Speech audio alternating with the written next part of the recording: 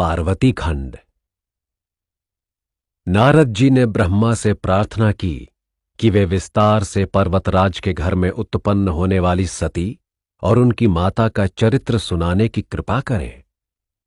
ब्रह्मा जी ने उन्हें बताया कि शैलराज के नाम से उत्तर दिशा में एक अत्यंत सुंदर सर्वगुण संपन्न, वीरता से परिपूर्ण, तेजस्वी हिमालय नाम का एक राजा था। उसने धर्म के अनुरूप कुल की स्थिति और मर्यादा बढ़ाने के लिए विवाह करने की इच्छा की।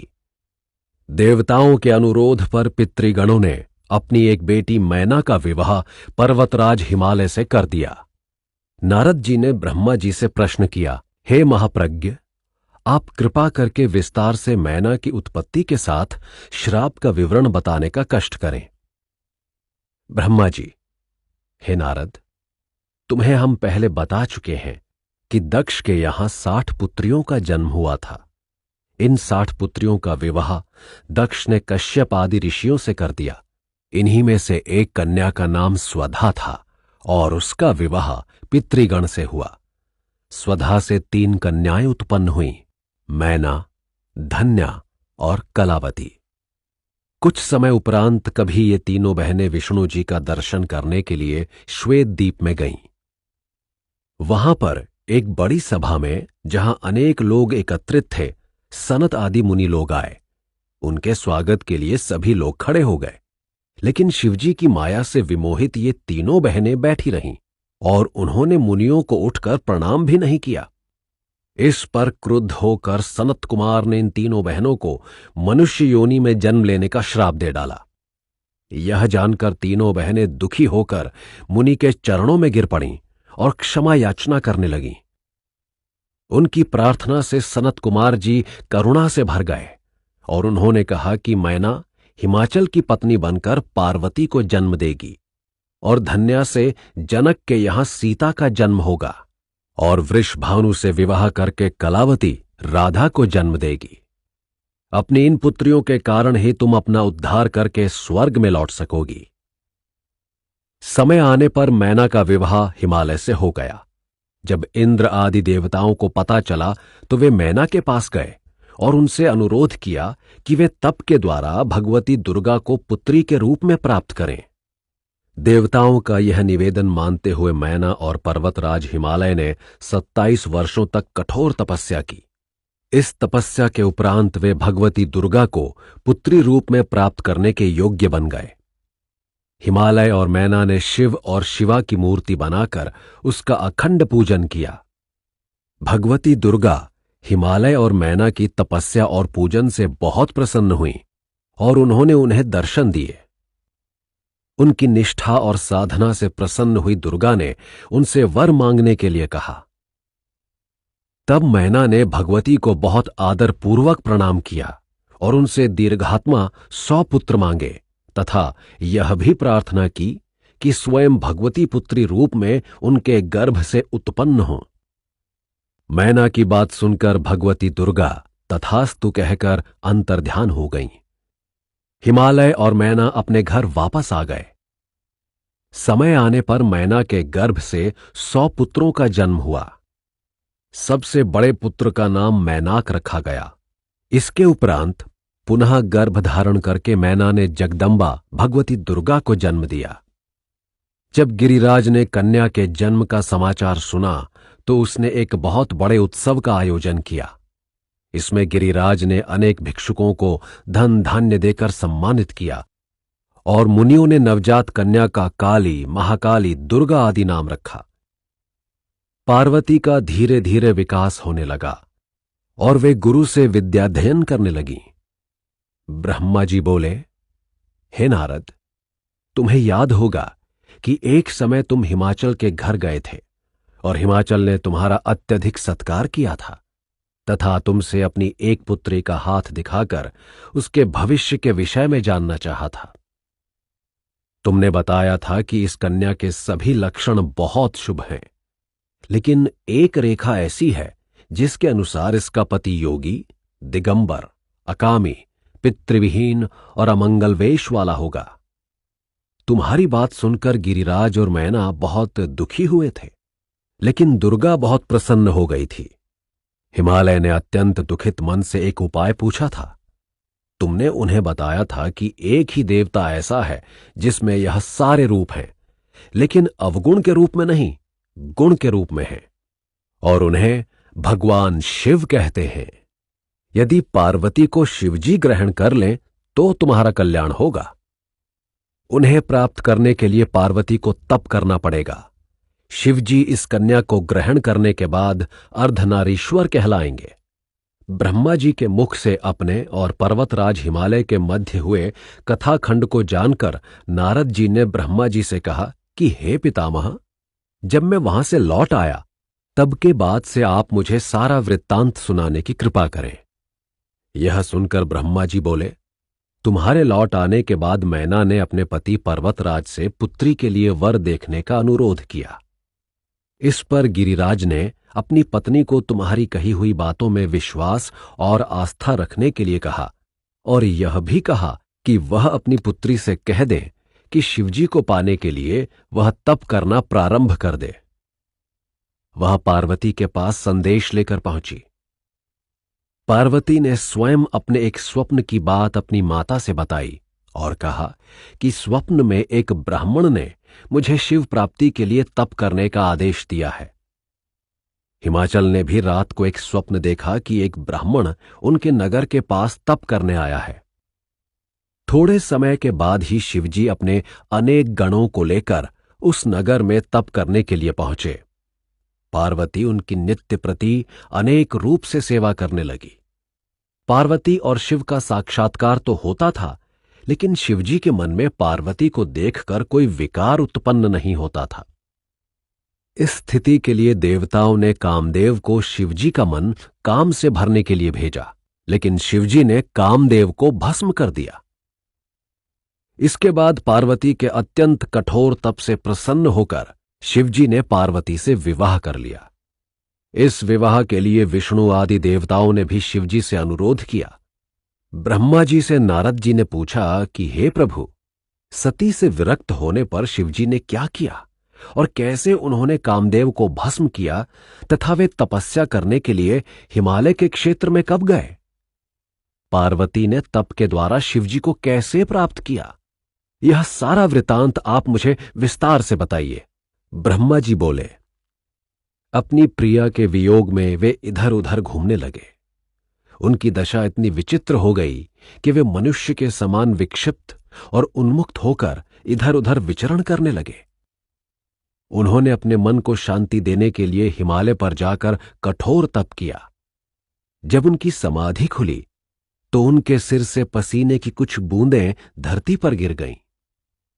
पसीने की उन बूंदों से 4 भुजाओं वाला एक अत्यंत तेजवान बालक शिवजी के सामने प्रकट हुआ, और वह एक सामान्य मनुष्य के समान रोने लगा। इसी समय पृथ्वी स्त्री का वेश धारण करके शिवजी के पास आई और उस बालक को गोदी में लेकर दूध पिलाने लगीं। शिवजी ने यह देखकर पृथ्वी की बहुत प्रशंसा की और उस बालक को पृथ्वी को ही दे दिया तथा उसके पालन पोषण का आदेश दिया। यही बालक आगे चलकर भीम के नाम से विख्यात हुआ और उसने शिवजी को तप के द्वारा प्रसन्न किया तथा आगे का लोक प्राप्त किया। पार्वती की आयु 8 वर्ष की होने के बाद शिवजी को पता चला कि वह हिमाचल के यहां पैदा है। शिवजी हिमालय के क्षेत्र में अपने गणों सहित तपस्या के लिए पहुंचे। वहां हिमाचल ने उनका स्वागत किया। गंगा के अवतरण वाले क्षेत्र में तप करते हुए शिवजी से हिमालय ने पूछा कि वह उनकी क्या सेवा करे। उसके बार बार अनुरोध करने पर शिवजी ने हिमालय से कहा कि वह गंगावतरण वाले क्षेत्र को सुरक्षित क्षेत्र बना दे और वहां शिवजी की निर्विघ्न तपस्या के लिए किसी का भी प्रवेश निषिद्ध कर दे। यहां तक कि मुनि और ऋषि, देव, गंधर्व आदि भी वहां प्रवेश न कर पाएं। शिवजी के इस अनुरोध को मानकर पर्वतराज हिमालय ने अपने नगर में पहुंचकर इसी प्रकार का आदेश प्रचारित कर दिया। कुछ समय के बाद पर्वतराज हिमालय स्वयं अपनी पुत्री पार्वती एवं अनेक सुंदर उपहारों को लेकर शिवजी की सेवा में उपस्थित हुए। शिवजी समाधि में लीन थे, अतः हिमालय उनकी समाधि के खुलने की प्रतीक्षा करने लगे। समाधि के खुलने पर उनकी अनेक प्रकार से स्तुति की और उनसे प्रार्थना की कि वे हिमालय को प्रतिदिन अपने दर्शन करने की अनुमति देने की कृपा करें और साथ ही पुत्री को सेवा करने का अवसर दें।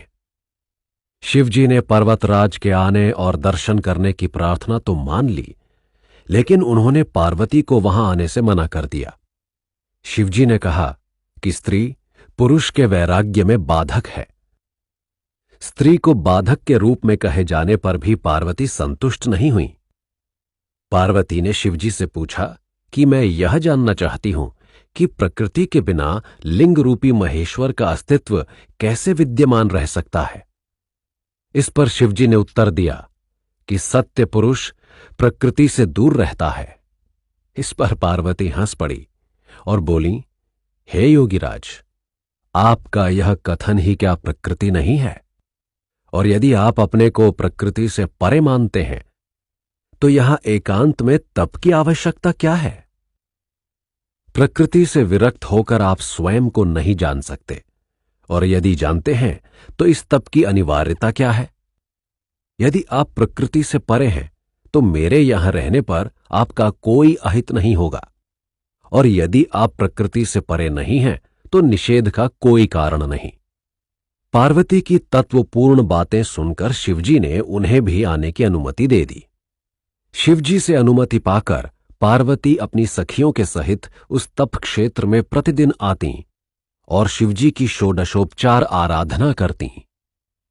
शिवजी के मन में पार्वती की सेवा से और समीपता से कोई विकार उत्पन्न नहीं हुआ। उन्होंने पार्वती द्वारा मद्य से विगलित हो जाने पर ही उसे स्वीकार करने का निश्चय किया। कामदेव उन्हें मोहित करने के लिए भेजे तो गए, लेकिन वह भी शिवजी के मन में कोई विकार उत्पन्न नहीं कर सके, अपितु स्वयं अपना नाश करवा बैठे। कामदेव को भी असफल देखकर पार्वती ने तपस्या का आश्रय लिया और घोर तपस्या के बाद उन्होंने शिवजी को प्रसन्न किया, और फिर तपस्या से पवित्र पार्वती को शिवजी ने पत्नी के रूप में ग्रहण किया। पार्वती से कार्तिकेय की उत्पत्ति हुई और कार्तिकेय तारकासुर को मारकर देवताओं का उद्धार करने वाले देवसेना के सेनापति बने। ब्रह्मा जी से नारद जी ने तारकासुर के विषय में विस्तार से जानना चाहा। तब ब्रह्मा जी ने बताया कि हे नारद, दिति ने जब देखा कि हिरण्यकशिपु और हिरण्याक्ष नरहरि रूप विष्णु के द्वारा मारे गए हैं, तो उसने पुनः अपने पति कश्यप को प्रसन्न करके पुनः गर्भधारण किया। लेकिन इंद्र ने छिद्र देखकर दिति के गर्भ में प्रवेश किया और वज्र से गर्भ के टुकड़े टुकड़े कर दिए। इस पर भी अपनी तपस्या के कारण दिति का गर्भपात नहीं हुआ। समय आने पर दिति ने अपने गर्भ से 46 मरूद गणों को उत्पन्न किया, किंतु उन्हें इंद्र ने अपना मित्र बना लिया। इसके बाद दिति ने फिर पति की सेवा का आश्रय लिया। कश्यप ने दिति को बताया कि वह कठोर तप करके ब्रह्मा जी को प्रसन्न करे। अपने पति से यह जानकर कि तपस्या से ही अत्यंत बलशाली पुत्र प्राप्त किया जा सकता है, दिति ने तप किया और वज्रांग नाम के अत्यंत बलशाली पुत्र को उत्पन्न किया। वज्रांग ने अपनी माता दिति की आज्ञा से इंद्र आदि देवताओं को पकड़ लिया और उन्हें दंडित किया। कुछ समय बाद वज्रांग ने अत्यंत उत्पात मचाने वाला तारकासुर नाम का एक भयंकर पुत्र पैदा किया। यही बाद में सारे उत्पात मचाते हुए ब्रह्मा जी को प्रसन्न करने के लिए तप करने लगा। मैं उसके तप से प्रसन्न हुआ और मैंने उसे देवताओं से अजेय होने का वर दिया। इसके बाद उस अत्यंत बलशाली तारकासुर ने इंद्र से ऐरावत हाथी छीन लिया, कुबेर से नवनिधि प्राप्त कर ली, सूर्य से उसका अश्व और देवताओं के पास जो भी अच्छी अच्छी वस्तुएं थीं उन सब को छीन लिया तथा देवताओं को स्वर्ग से ही निकालकर दैत्यों को बसा दिया। उसकी वीरता के आगे कोई देवता ठहर नहीं पाया। उसके उत्पातों के भयंकर रूप से त्रस्त होकर देवता इंद्र को नेता बनाकर मेरे पास आए। मैंने देवताओं की पीड़ा के विषय में द्रवित होने के बाद उनसे ये कहा कि तारकासुर की शक्ति मेरे वरदान के कारण है, इसलिए उसका उच्छेद मेरे द्वारा संभव है। यह काम शिवजी का पुत्र कर सकता है। आप लोग शिवजी के पास जाइए और उनसे निवेदन कीजिए कि वे हिमालय की पुत्री को पत्नी के रूप में ग्रहण करें और पुत्र उत्पन्न करें। इस प्रकार मैंने देवताओं को शिवजी की सेवा में भेज दिया और तारकासुर ने देवताओं को स्वर्ग वापस करने के बाद शोणितपुर को अपनी राजधानी बनाया और वहीं राज करने लगा। अपना स्वर्गलोक वापस पाने के बाद देवताओं ने शिवजी के पुत्र होने की संभावनाएं खोजनी शुरू कर दी। इंद्र ने कामदेव को बुलवाया और उसकी शक्ति की बहुत प्रशंसा की तथा देवों की सहायता करने का अनुरोध किया। इंद्र ने कामदेव को स्पष्ट बताया कि भगवान शिव से उत्पन्न पुत्र ही तारकासुर का वध कर सकता है। शिवजी के यहां पुत्र तब होगा जब वह विवाह करेंगे, और विवाह वह तब करेंगे जब उनके योग्य पार्वती के प्रति उनमें आसक्ति जागेगी। हे कामदेव, तुम कुछ ऐसा करो जिससे शिवजी की समाधि टूटे और वे पार्वती में आसक्ति भाव रखते हुए उनसे विवाह कर लें। कामदेव ने इंद्र की आज्ञा को स्वीकार करते हुए अपनी सेना के साथ शिवजी के क्षेत्र की ओर प्रस्थान किया। कामदेव ने अपने मित्र बसत की सहायता से चारों ओर बहुत मादक और मनमोहक वातावरण उत्पन्न कर दिया, लेकिन शिवजी के ऊपर कामदेव के इस प्रयास का कोई प्रभाव न पड़ा। कामदेव ने शिवजी के भीतर प्रवेश करने के लिए कोई छिद्र ढूंढना चाहा, लेकिन उसे थोड़ी सी भी सफलता नहीं मिली। कुछ समय बाद कामदेव ने देखा कि पार्वती ने पत्र पुष्प लाकर शिवजी की पूजा की और शिवजी थोड़ी देर के लिए अपने तप को छोड़कर पार्वती के रूप और सौंदर्य का अवलोकन करने लगे। बस यहीं पर कामदेव को एक छिद्र मिल गया और उसने शिवजी के शरीर में प्रवेश कर लिया। जैसे ही शंकर जी ने पार्वती के अनुपम रूप और सुंदर शरीर पर दृष्टि स्थापित की, वैसे ही पार्वती लज्जा से भर गई। लज्जा के कारण उभरे संकोच से पार्वती का सौंदर्य 2 गुना होकर शिवजी के सामने आया और शिवजी पार्वती की ओर अधिक आकृष्ट हो गए। पार्वती थोड़ी दूर खड़ी होकर शिवजी की ओर कटाक्षपूर्ण दृष्टि से देखने लगीं और उन्हें मुग्ध करने की चेष्टा की।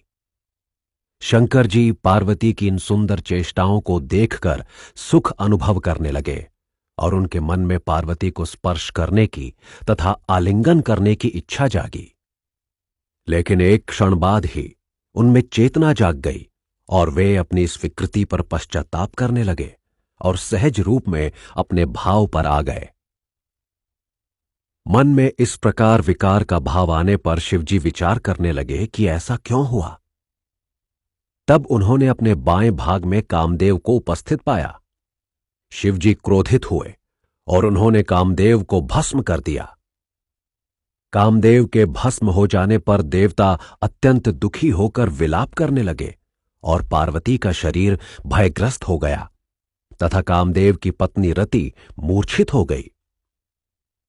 देवताओं ने शंकर जी को प्रसन्न करने के लिए उनकी प्रार्थना स्तुति करनी शुरू कर दी और उन्होंने कहा कि हे प्रभु, आप प्रसन्न हों और रति के शोक का हरण करें। तब शिवजी बोले कि मेरे क्रोध से दग्ध हुआ कामदेव फिर से शरीरधारी तो नहीं हो सकता, अब तो वह अशरीरी ही रहेगा। लेकिन एक उपाय मैं बताता हूं कि द्वापर में श्री कृष्ण की पत्नी रुक्मिणी के गर्भ से प्रद्युम्न नाम का एक बालक उत्पन्न होगा, जिसे शंबर दैत्य चुराकर समुद्र में फेंक देगा। तब रति समुद्र से निकले हुए प्रद्युम्न को पति रूप में प्राप्त करेगी। यह सुनकर रति शंबर क्षेत्र में और देवता अपने अपने क्षेत्र में चले गए। ब्रह्मा जी ने कहा कि हे देवताओं में श्रेष्ठ नारद जी, शंकर जी के नेत्रों से निकली आग को, जो बहुत तीव्र थी और जो लोक को विचलित कर रही थी, मर्यादित करने को मैंने समुद्र से अनुरोध किया। समुद्र ने उस अग्नि को अपने में समाहित कर लिया। शिवजी के अंतर ध्यान होने के बाद पार्वती वियोगग्रस्त हो गई और उनके माता पिता बहुत चिंतित हो गए। सबने वहां जाकर उन्हें धैर्य बंधाया। इस प्रकार कामदेव के प्रयास विफल होने के बाद पार्वती ने शिव की प्राप्ति के लिए तप का मार्ग अपनाया और अपने माता पिता की आज्ञा लेकर गंगोत्री के पास गंगावतरण नामक स्थान पर भृंगी तीर्थ में जप करने लगी। पहले वर्ष में पार्वती ने केवल फलों का भोजन किया, दूसरे वर्ष में केवल पत्तों से निर्वाह किया और तीसरे वर्ष पत्तों को छोड़कर पूरी तरह से निराहार रहकर तप करती रहीं। इस कारण उनका अपर्णा अपर्णा भी पड़ा। पार्वती ने कठोर तपस्या करते हुए एक पैर पर खड़े होकर निराहार रहकर 3000 वर्ष तक शिव मंत्र का जाप करते हुए शिवजी को प्रसन्न करने की चेष्टा की।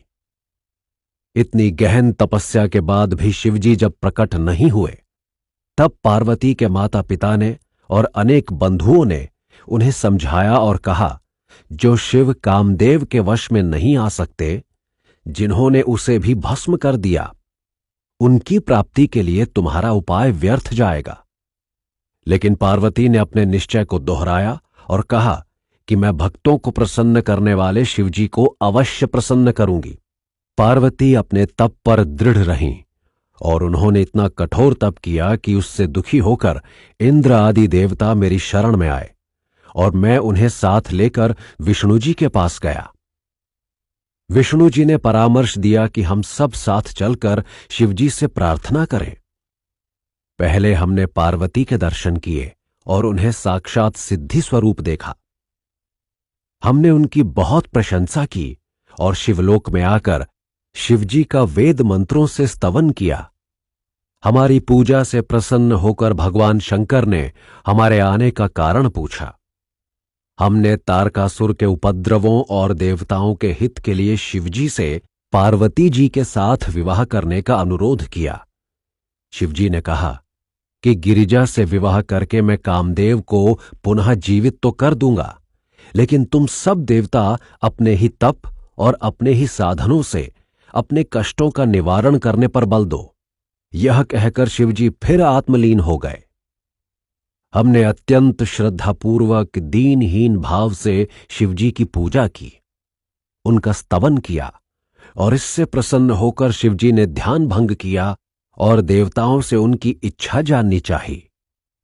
विष्णु जी ने सब कुछ जानने वाले शंकर से प्रार्थना की कि वह पार्वती से विवाह करें और उनके गर्भ से पुत्र उत्पन्न हो, तब वही पुत्र तारकासुर का वध कर सकता है। ब्रह्मा जी ने इसी प्रकार का वरदान तारकासुर को दिया हुआ है। नारद जी के उपदेश से पार्वती भी आपको पाने के लिए तपस्यारत है और रति को जो आपने वरदान दिया था उसकी पूर्ति का समय भी आ गया है। विष्णु जी की यह बात सुनकर शिवजी ने उनसे कहा कि स्त्री का संग कुसंग है, वह निगूढ़ बंधन है और मुझे विहार और रमण की कोई इच्छा नहीं है। फिर भी आपके कहने से तारकासुर के अत्याचारों से आपको मुक्त कराने के लिए मैं पार्वती से विवाह करूंगा। जब हम लोग वापस आ गए तो भगवान शंकर ने सप्त ऋषियों को बुलाकर पार्वती की परीक्षा के लिए भेजा। सातों ऋषियों ने पार्वती के पास जाकर उनसे तप करने की जानकारी प्राप्त करनी चाहिए। उन्होंने नारद जी के द्वारा निर्देशित विधि से शिवजी की प्राप्ति को अपनी साधना का लक्ष्य बताया। जब ऋषियों को यह पता चला तो उन्होंने सबसे पहले पार्वती के सामने नारद जी की बुराई की और कहा कि नारद जी तो मन के काले हैं और शरीर के उजले, वे घर को फाड़ने वाले हैं। इसके बाद पार्वती के सामने ऋषियों ने शंकर को भी निर्लज्ज, अमंगल वेशधारी, भूत प्रेतों का साथी, दिगंबर बताकर यह भी बताया कि उन्हीं के कारण दक्ष की पुत्री जलकर मरने पर विवश हो गई। पार्वती से उन्होंने अपने निश्चय पर पुनर्विचार करने और हठ छोड़ने के लिए कहा, लेकिन पार्वती ने ऋषियों की बात को मानने से इनकार कर दिया। सप्तऋषि शिवजी के पास आए और उन्होंने सारी बातें शिवजी को सुना दी। इसके बाद शिवजी ने स्वयं पार्वती की परीक्षा लेने का विचार किया। भगवान शिव ब्रह्मचारी का रूप धारण कर पार्वती की परीक्षा लेने के लिए पहुंचे। पार्वती के पास जाकर ब्रह्मचारी शिव ने उनके तप का कारण पूछा। पार्वती ने उन्हें बताया कि वह जन्म जन्मांतर के लिए शिवजी को पति के रूप में पाने के लिए कृत संकल्प हैं और यदि उनके लक्ष्य की प्राप्ति न हुई तो वह जलकर भस्म हो जाएंगी। भगवान शिव ने पार्वती के इस विचार को अविवेकपूर्ण बताया और शिव की अनेक प्रकार से निंदा की। ब्रह्मचारी ने शिव को कपाली, भस्मधारी, सर्पों को लपेटने वाला, विष पीने वाला और 3 आंखों वाला बताया और कहा कि वह गृहस्थ भोग के लिए सर्वथा अनुपयुक्त है। ब्रह्मचारी ने कहा कि कहां कपाली शिव और कहां स्त्रियों में तुम जैसी रत्न। तुम विष्णु एवं इंद्र आदि देवताओं को छोड़कर शिव में क्यों अनुरक्त हो? तुम्हारी ये अनुरक्ति है। पार्वती ने इस प्रकार की बातें सुनकर बेचैनी अनुभव की और शिव निंदक ब्रह्मचारी के लिए मृत्यु को ही सही दंड बताया। उसने कहा कि तुम मुझे पथभ्रष्ट करना चाहते हो। तुम्हें शिव की वास्तविकता का ज्ञान नहीं है। शिव मूल तत्व से अपरिचित हो। अन्यथा शिव, जो सगुण और निर्गुण ब्रह्म के आत्मा रूप हैं, उनकी ऐसे निंदा नहीं करते। जब ब्रह्मचारी ने फिर कुछ कहना चाहा तो पार्वती ने अपनी सखी द्वारा उस शिव निंदक को दूर जाने का आदेश दिया। जब वह वहां से नहीं गया तो उन्होंने स्वयं उस स्थान को छोड़ने का संकल्प किया। पार्वती के इस रूप को देखकर शिव ने अपना वास्तविक रूप व्यक्त किया और अपने रूप का दर्शन कराकर पार्वती के मनोरथ को पूरा करने की घोषणा की। शंकर जी से वर प्राप्त करने के बाद पार्वती अपने पिता के घर वापस आ गईं। उन्होंने अपने माता पिता और संबंधियों से सारी बातें कहीं। एक दिन शिवजी एक नर्तक के रूप में पार्वती के घर में आकर सुंदर और मोहक नृत्य करने लगे। उन्होंने भिक्षा में पार्वती को मांगा। नर्तक की मांग पर मैना क्षुब्ध हो उठी। थोड़ी देर बाद हिमालय भी वहां आ गए। उन्होंने नर्तक के तेजस्वी रूप को देखा, लेकिन उसकी मांग को स्वीकार न कर सके। ब्रह्मा जी बोले कि हे नारद, इंद्र इस बात से बहुत चिंतित हो गए कि पर्वतराज हिमालय और शिव की प्रीति बढ़ रही है। वह बृहस्पति के पास आए और उसने हिमालय की शिवजी के प्रति बढ़ती हुई आदर भावना का विरोध करते हुए उसमें बाधा डालने का उपाय पूछा। लेकिन देवगुरु ने ऐसा कुछ भी करने से मना कर दिया। फिर इंद्र निराश होकर मेरे पास आए और मैंने भी शिवजी के विरोध में कुछ भी करने की अस्वीकृति दे दी। फिर वह विष्णु जी के पास गया, पर विष्णु ने कहा कि मैं शिव निंदा का पाप नहीं करूंगा। तुम यदि चाहते हो कि हिमालय को मुक्ति न मिले तो शिवजी के पास जाओ और उन्हें प्रसन्न करो और यह कहो कि वह अपनी निंदा अपने आप करे, क्योंकि कोई और शिवजी की निंदा करने का संकट नहीं उठा सकता। इंद्र ने शिवजी का द्वार खटखटाया और उनसे अपनी निंदा करने के लिए कहा। शिवजी ने इंद्र का प्रस्ताव स्वीकार कर लिया और वे ज्योतिषी के वेश में हिमालय के घर गए। उन्होंने शिव को कुरूप, अगुण, विकट, जटाधारी, श्मशानवासी आदि बताकर शिवजी की निंदा की और पर्वतराज हिमालय से कहा कि वे ऐसे शिव को अपनी लड़की न दें। ज्योतिषी की बातों में आकर मैना ने पर्वतराज हिमालय से कहा कि वे अपनी पुत्री को चाहे आजीवन अविवाहित रखें, लेकिन उसका विवाह शंकर से ना करें। मैना ने यहां तक कहा कि यदि उसकी बात नहीं मानी गई तो वह विष खाकर पर्वत से कूदकर या समुद्र में डूबकर अपने प्राण दे देगी। इधर शंकर जी ने सप्तऋषियों का स्मरण किया और स्मरण करते ही वशिष्ठ आदि सप्तऋषि अरुंधति के साथ वहां उपस्थित हो गए और शिवजी को प्रणाम करके उनसे सेवा की मांग की। शंकर जी ने सप्तऋषियों को बताया कि किस तरह से पार्वती ने कठोर तप किया और कैसे शिवजी ने स्वयं अपनी निंदा की और किस तरह तारकासुर के वध से देवताओं के उद्धार के लिए संतान उत्पत्ति की आवश्यकता है और किस तरह मैना पार्वती का उनसे विवाह न करने का प्रण ले चुकी हैं। शिवजी ने सप्तऋषियों को मैना और हिमालय को समझाने के लिए भेजा। उन्होंने कहा कि सप्तऋषि हिमालय के पास जाएं और उन्हें पार्वती तथा शंकर का विवाह करने का आदेश दें। सारे ऋषि अरुंधति को साथ लेकर हिमालय के यहां आए। उन्होंने मैना और हिमालय को बताया कि लोक में और वेद में 3 प्रकार के वचन हैं। पहला, शास्त्र वाक्य। दूसरा, स्वयं सुविचारित और विवेक से परिपूर्ण वाक्य। तीसरा, श्रुत वाक्य या तत्वज्ञाताओं द्वारा कहे गए वाक्य। इन तीनों वचनों में से किसी भी दृष्टिकोण से भगवान शिव के संबंध में विचार करते हुए शिव को अत्यंत विलक्षण, अनुपम और अविकारी माना जाता है। भगवान शंकर रजोगुण से रहित होने पर ही तत्व के ज्ञाता हैं। जिन शंकर का सेवक कुबेर जैसा देवता हो, उसे दरिद्र कहने का साहस कौन कर सकता है? भगवान शंकर ही मूल रूप से सृष्टि के सृजन और संहार में समर्थ हैं। शिवजी से स्थापित किया गया संबंध किसी भी देवता को गौरव देता है। वशिष्ठ जी ने पर्वतराज को सचेत करते हुए कहा कि आप हठ मत कीजिए। जिस प्रकार अरण्यराज ने ब्राह्मण को अपनी कन्या देकर उसके भय से अपनी संपत्ति बचा ली थी, उसी प्रकार आप भी शिवजी को अपनी पुत्री सौंपकर अपने को संकटों से मुक्त कर लें। पर्वतराज ने ऋषियों से अरण्यराज का वृत्तांत विस्तार से जानना चाहा। वशिष्ठ जी ने कहा, पुराने समय की बात है। तेजस्वी अरण्यराज के अनेक पुत्र और एक रूपवती कन्या थी। कन्या का नाम पद्मा था।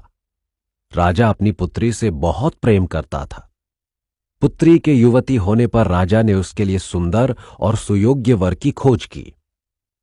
एक दिन रूपवती पद्मा जल में विहार कर रही थी कि दूसरी तरफ से पिप्पलाद मुनि आए और वह पद्मा को देखकर उस पर मुग्ध हो गए। उन्होंने अरण्यराज के पास आकर उनकी कन्या की याचना की। राजा ने उनके बुढ़ापे को देखकर बहुत चिंता अनुभव की, परंतु पुरोहित के समझाने पर ऋषि के श्राप से कुल की रक्षा करने के लिए उन्होंने कन्या पिप्पलाद को दे दी।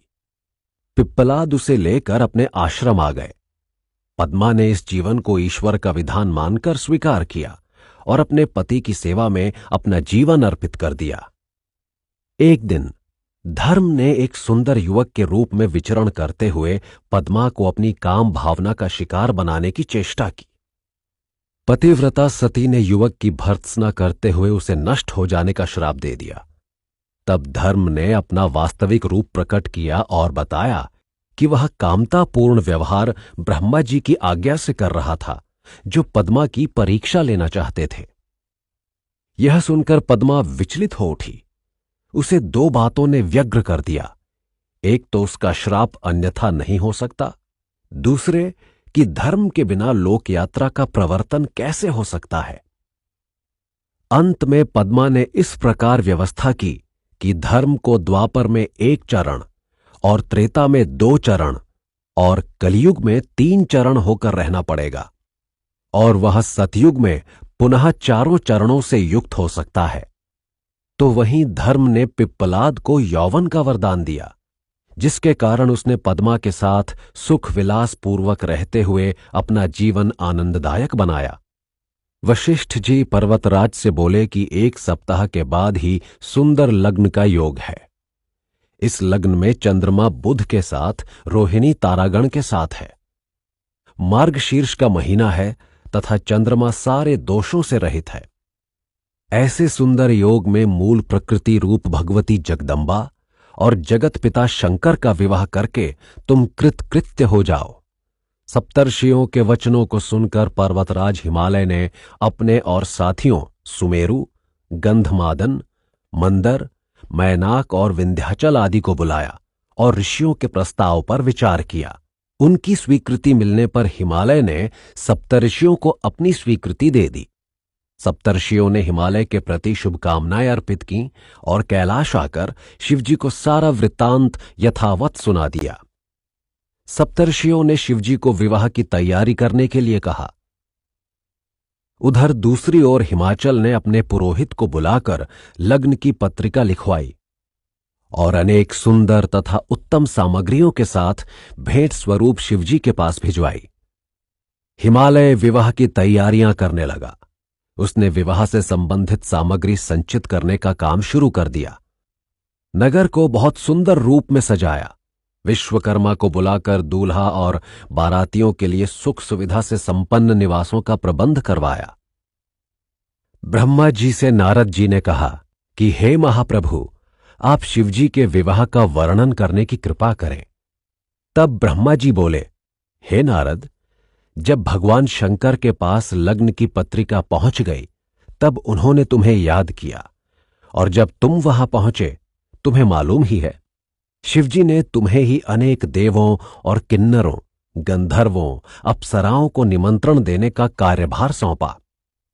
तुमने सबको निमंत्रण दिया, और जब सारे अतिथि कैलाश पर पहुंच गए तब शिवजी ने सबका स्वागत किया। फिर शिवजी को वर के रूप में सजाया गया और सप्तमातृकाओं ने शिवजी का दूल्हे के रूप में श्रृंगार किया। शिवजी के सिर पर मुकुट सुशोभित होने लगा। मुकुट के ऊपर चंद्रमा और तिलक के स्थान पर तीसरा नेत्र शोभित हुआ। शिवजी के दोनों कानों पर सर्प के कर्णाभूषण बने, हाथी के चर्म का दुकूल बना और चंदन से ही उनका अंगराग बनाया गया। जब दूल्हे के रूप में शिवजी का श्रृंगार पूरा हो चुका था तब देवता, नाग, गंधर्वों द्वारा सजी बारात ने कैलाश से प्रस्थान किया। शंकर जी की यह बारात अत्यंत विलक्षण थी, क्योंकि इसमें विष्णु, ब्रह्मा, इंद्र आदि के साथ अनेक सिद्ध, भूत, प्रेत, बैताल, ब्रह्म, राक्षस, यक्ष, गंधर्व, किन्नर और अप्सराएं अकेले और अपने परिवार सहित सम्मिलित हुए थे। बारात जब नगर के समीप आई तब पार्वती की माता मैना अपनी पुत्री के भावी पति को देखने के लिए बहुत उत्सुक हुई। हे नारद, उस समय तुम ही उनकी सहायता कर रहे थे। जैसे जैसे मैना पुत्री के भावी पति को देखने के लिए आगे बढ़ती गईं, वह प्रत्येक सजे हुए रूपवान युवक को देखकर उनके शिव होने का अनुमान करती, और जब वह पूछती तो तुम मना करते हुए परिचय देते कि यह शिव नहीं है, यह तो गंधर्व है, किन्नर है, यम है, अग्नि है, ब्रह्मा है या कोई और देवता हैं। तुमने उन्हें बताया कि यह सब शिवजी के बंधुजन हैं और शिवजी इन सब से अधिक सुंदर, तेजमय और कांति वाले हैं। तो मैना बहुत प्रसन्न हो गई, लेकिन शिवजी को देखते ही उनकी सारी प्रसन्नता तिरोहित हो गई और वह शोकाकुल हो उठी। उसने शिवजी को बैल पर चढ़े हुए देखा, जिनके 5 मुख थे, 3 नेत्र थे और उनके शरीर पर भभूत मली हुई थी। यह देखकर मैना मूर्छित हो गई और उनकी सखियां उन्हें चेतना में लौटाने की कोशिश करने लगीं। जब मैना को होश आया तो वह विलाप करने लगीं और तिरस्कारपूर्ण बातें कहने लगीं। उन्होंने इस तरह के पति को पाने के लिए तप करने वाली पार्वती को बहुत बुरा भला कहा और इस विवाह को संपन्न कराने के लिए जिन लोगों ने भी प्रयास किया था उन सबको अपशब्द कहे। वह विवाह के लिए जो सामान खरीदने आई थीं उसे भूल गईं। उन्हें लगा कि पार्वती की साधना बिल्कुल ऐसी ही है जैसे सोना देकर कांच खरीदना, या चंदन को छोड़कर धूल लपेटना, या गंगा जल को छोड़कर गंदला पानी पीना। उसने नारद जी से कहा कि हे नारद, मैंने तो पहले ही समझाया था, लेकिन वह नहीं मानी। इस पर मैंने मैना को समझाने की कोशिश की, तब उसने मुझे भी दुष्ट और अधम शिरोमणि कहकर दूर हो जाने के लिए कहा। मैना को अनेक देवताओं ने भी समझाया, लेकिन वह नहीं मानी और उसने घोषणा की कि शंकर से उसका विवाह नहीं होगा। यह सुनकर सब लोगों में बेचैनी फैल गई, हाहाकार मच गया। स्थिति को नाजुक देखकर पर्वतराज हिमालय ने मैना को समझाना चाहा। उन्होंने कहा कि सत्य को स्वीकार करना ही श्रेयस्कर है, लेकिन मैना ने अपने पति की बात भी नहीं मानी। इसके बाद स्वयं पार्वती ने माता को समझाने का प्रयास किया, लेकिन पार्वती की बात से मैना और भी क्रोधित हो गई और उसे अपशब्द कहने के साथ साथ मारने पीटने भी लगी। उसकी यह हालत देखकर मैं फिर मैना के पास गया और उसे शिव के महत्व को समझाने की कोशिश की, शिवत्व का सार बताने का प्रयास किया, लेकिन वह अपनी मान्यता से विचलित न हुई। जब विष्णु जी ने मैना को कई तरह से समझाया तो उन्होंने आग्रह किया कि मैं तभी मान सकती हूं जब शंकर सुंदर वेश में आना स्वीकार करें। उसके बाद शिवजी को अत्यंत सुंदर और सुसज्जित वेश में मैना के सामने उपस्थित किया गया। उन्हें देखकर वह अपनी पुत्री का विवाह करने के लिए तैयार हो गईं। इस सारी घटना के बाद अपने गणों को साथ लेकर शिवजी हिमाचल के दरवाजे पर आए। अपनी संपूर्ण निष्ठा और भक्ति के साथ मैना ने शिवजी की आरती उतारी। वह बार बार मंत्र मुग्ध होकर उन्हें देखती जाती थी और अपनी कन्या के भाग्य की सराहना भी करती जाती थी। वह शिवजी की रूप सुषमा पर मुग्ध हो गई। अनेक संस्कारों के संपन्न होने के साथ साथ पार्वती का यज्ञोपवीत संस्कार भी किया गया और उन्हें वे सभी आभूषण और वस्त्र पहनाए गए जो शिवजी के द्वारा लाए गए थे। पंडितों में शिवजी की ओर से गुरु बृहस्पति ने और पर्वतराज की ओर से गर्ग ने शुभ लग्न में शिवजी और पार्वती का विवाह संपन्न कराया। हिमाचल और मैना ने कन्यादान किया। विवाह संस्कार के बीच जब गोत्र आदि के उच्चारण करने का अवसर आया, तब पर्वतराज हिमालय के पंडित गर्ग ने शिवजी से गोत्र और कुल के विषय में जानना चाहा। तुम वहां थे और तभी तुमने शिवजी की महिमा का गान किया और उन्हें परब्रह्म, अरूप, निराकार, मायातीत बताकर कन्या पक्ष वालों को इस प्रकार की लौकिक बातों में न पड़ने का परामर्श दिया। कन्यादान का समय व्यतीत हो रहा था, इसलिए मेरू आदि अनेक संबंधियों के कहने पर कुल गोत्र के बंधन को छोड़कर हिमालय ने कन्यादान किया और शिवजी को अनेक वस्तुएं तथा अतुल धनराशि के साथ संतुष्ट किया। ब्रह्मा जी बोले, हे नारद, यज्ञ मंडप में जब शिव और पार्वती का विवाह संपन्न हो रहा था, तब मेरा मन पार्वती का मुख देखने के लिए लालायित हो उठा। कोई और उपाय न देखकर मैंने यज्ञ में गीली समिधाएं डाल दीं और पार्वती को अपना मुख अनावृत करने को विवश कर दिया। मैंने पार्वती की रूप राशि को देखकर काम मोहित हो संयम खो दिया। मेरा मन इतना अधिक क्षुब्ध हो गया कि वहीं स्खलित हो गया। मेरा यह कर्म शिवजी से छिपा नहीं और वे मुझे मारने के लिए दौड़े, लेकिन देवताओं की स्तुति से किसी प्रकार वे शांत हुए। किंतु मेरा अंश धरती पर गिर गया और सहस्र कणों में विभाजित हो गया। उससे सहस्रों बाल खिल्य ऋषि उत्पन्न होकर तत्काल मुझे पिता पिता कहने लगे। तुमने इस सारी स्थिति से कुपित होकर उन्हें गंधमादन पर्वत पर तपस्या करने के लिए भेज दिया। फिर मैंने शिवजी के प्रति अपनी निश्चल भक्ति अर्पित की और वह प्रसन्न हुए। उन्होंने प्रसन्न होकर मुझे सृष्टि रचना का वरदान दिया। सांसारिक रीति से विवाह संपन्न हुआ। इसी अवसर पर रति भी वहां आई और उसने प्रसन्न शिवजी से अपने भस्मीभूत पति कामदेव को जीवित करने की प्रार्थना की। शिवजी ने जैसे ही भस्म पर दृष्टि डाली, वैसे ही वहां कामदेव आविर्भूत हो गया। यह देखकर रति बहुत प्रसन्न हुई, लेकिन शिवजी ने कामदेव को विष्णु लोक से बाहर ही रहने का आदेश दिया। विवाह का सारा कार्य संपन्न होने के बाद बारात कैलाश आ गई। बाराती शिवजी की अनुमति लेकर अपने अपने धाम को लौट गए।